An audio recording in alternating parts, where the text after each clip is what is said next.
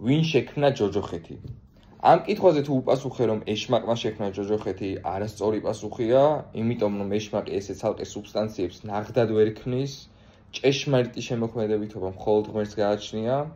თუ უპასუხე, რომ ღმერთმა შექმნა ჯოჯოხეთი, ეს ასევე არასწორი პასუხია და არამართმადიდებლურია და ამით ვეწინააღმდეგებით მართმადიდებელ წმინდა მამებს, როგორიც არიან გრიგოლ ნოსელი, ისააკ ასური, მაქსიმე აღმსარებელი და ასე შემდეგ.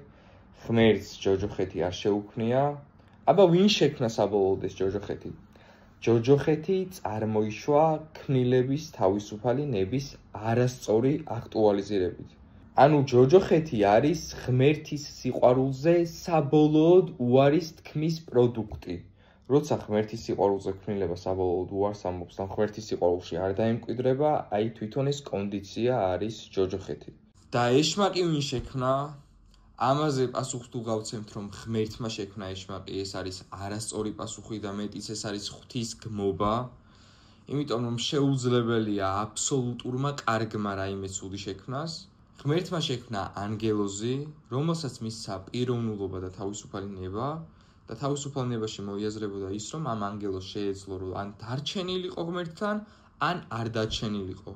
და ანგელოზმა, როდესაც თავისი თავისუფალი ნებით აირჩია, რომ ღმერთთან არ დარჩენილიყო და ღმერთს დაშორდა, აი მაშინ გახდა ეშმაკი. ანუ ამ სიბოროტემ მიიღო პარაზიტული ყოფიერება, როდესაც სიკეთიდან პიროვნული არსება თავისი თავისუფალი ნებით გამოცალკევდა. აი როგორც სიბნელეს არ აქვს თავისი ონტოლოგიური საწყისი, არამედ სინათლის ნაკლებობა, ანუ როდესაც სინათლეს ჩორდები, აი მან ჩდება სიბნელე. ერთი ადამიანი მეუბნებოდა, რომ მე რომ ღმერთი ვიყო, ყველა 64-ში წავიყვანდიო და მაგ წამს ვიფიქრე, რომ მეთქი მადლობა ღმერთს, რომ ღმერთი შენ არ ხარ, იმიტომ რომ ამ განცხადებას როდესაც აკეთებ, ჯერ სიყვარული რა არის არ იცი. ღმერთს ზედმეტად უყვარს თავისი ქმნილებები, რომ მათი თავისუფალი ნების საწინააღმდეგოდ ამყოფოს იქ, სადაც მათ ყოფნა არ უნდათ. ანუ თავისთან ძალით 64-ში, ანუ ღმერთი ძალით არავის არ აცხონებს. იმიტომ რომ ღმერთმა შექმნა პიროვნებები, რომლებსაც გააჩნიათ თავისუფალი ნება. და ამ თავისუფალ ნებაში მე ვგულისხმობ, რომ საბოლოოდ პიროვნება ირჩევს უნდა მას უფალთან თუ არ უნდა. მაგალითად, ჩვენ არ შეგვიძლია ბევრი რამის ჩვენით გაკეთება, მაგალითად, ჩვენ არ შეგვიძლია ჩვენი სიკეთის გაკეთება, ჩვენ არ შეგვიძლია ჩვენი სიბოროტისგან თავის შეკავება.